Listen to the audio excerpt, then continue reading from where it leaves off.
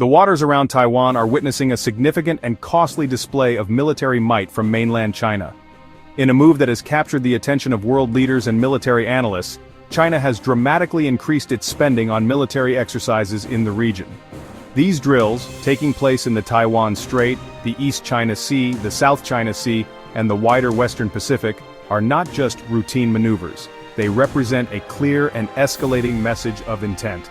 The financial commitment behind these operations tells a story of strategic priority, demonstrating how seriously Beijing views its long-standing claims over the island of Taiwan, and its willingness to allocate immense resources to back them up with force.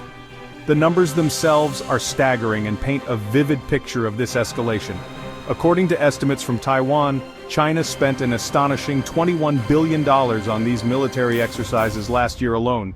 This figure represents a nearly 40% increase compared to the amount spent in 2023. This sharp rise in a single year signals a deliberate acceleration of China's military readiness and its focus on projecting power directly into the Pacific. Such a substantial financial surge underscores a strategic shift, moving from periodic drills to a more persistent and intensive campaign of military pressure aimed directly at Taiwan and its international partners. To put this spending into perspective, the total cost was approximately 152 billion yuan, or $21.25 billion. This amount covered a wide range of expenses, including the high costs of fuel for warships and aircraft, extensive maintenance and repairs required after intensive operations, and the salaries for the thousands of personnel involved. This expenditure constituted about 9% of China's entire reported military budget for 2024, up from 7% the previous year. One of the most significant recent demonstrations of China's military capability was an exercise codenamed Straight Thunder 2025A. This was not a simple war game. It was a highly coordinated, complex operation to test PLA control over the Taiwan Strait.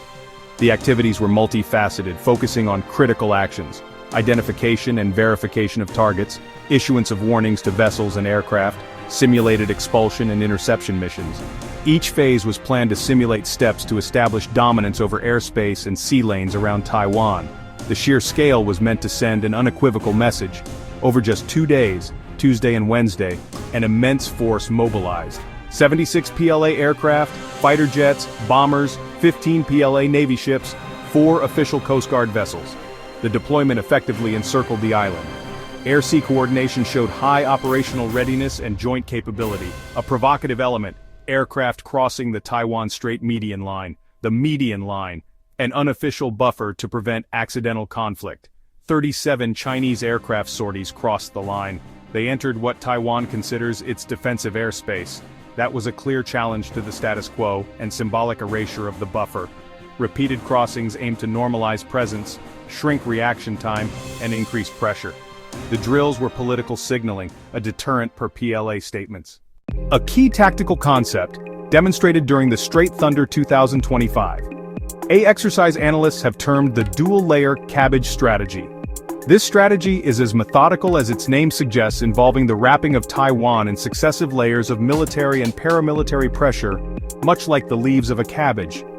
The goal is to isolate the island, control its access to the outside world, and deter any foreign intervention.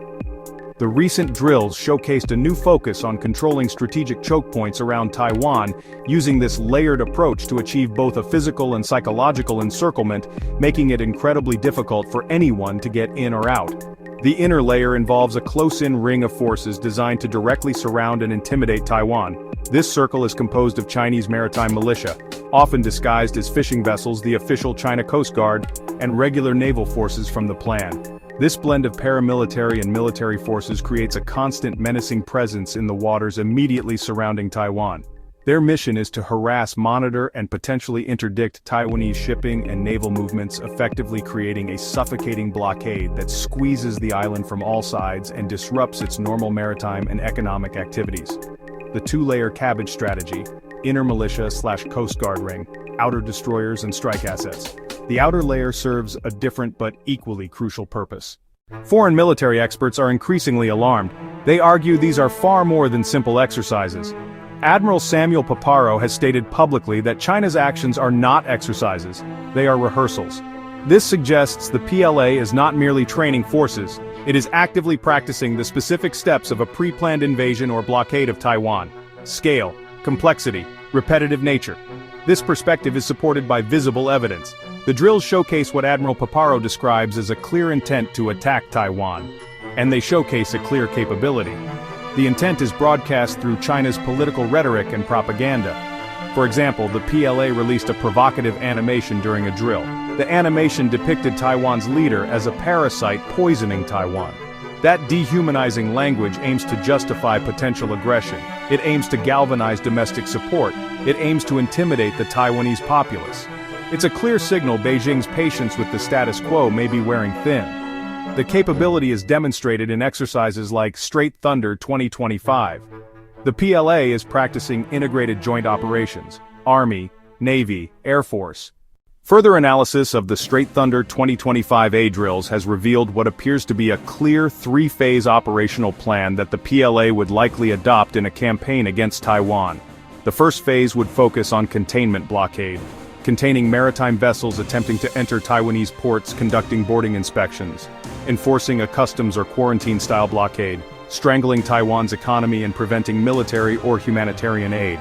The second phase follows the blockade, seizing comprehensive control of the air, seizing comprehensive control of the sea, massive deployment of aircraft during the drills, warships practicing crossing the median line, establishing total dominance, neutralizing Taiwan's Navy and Air Force, overwhelming firepower, electronic warfare, cyber attacks to disable command and control systems.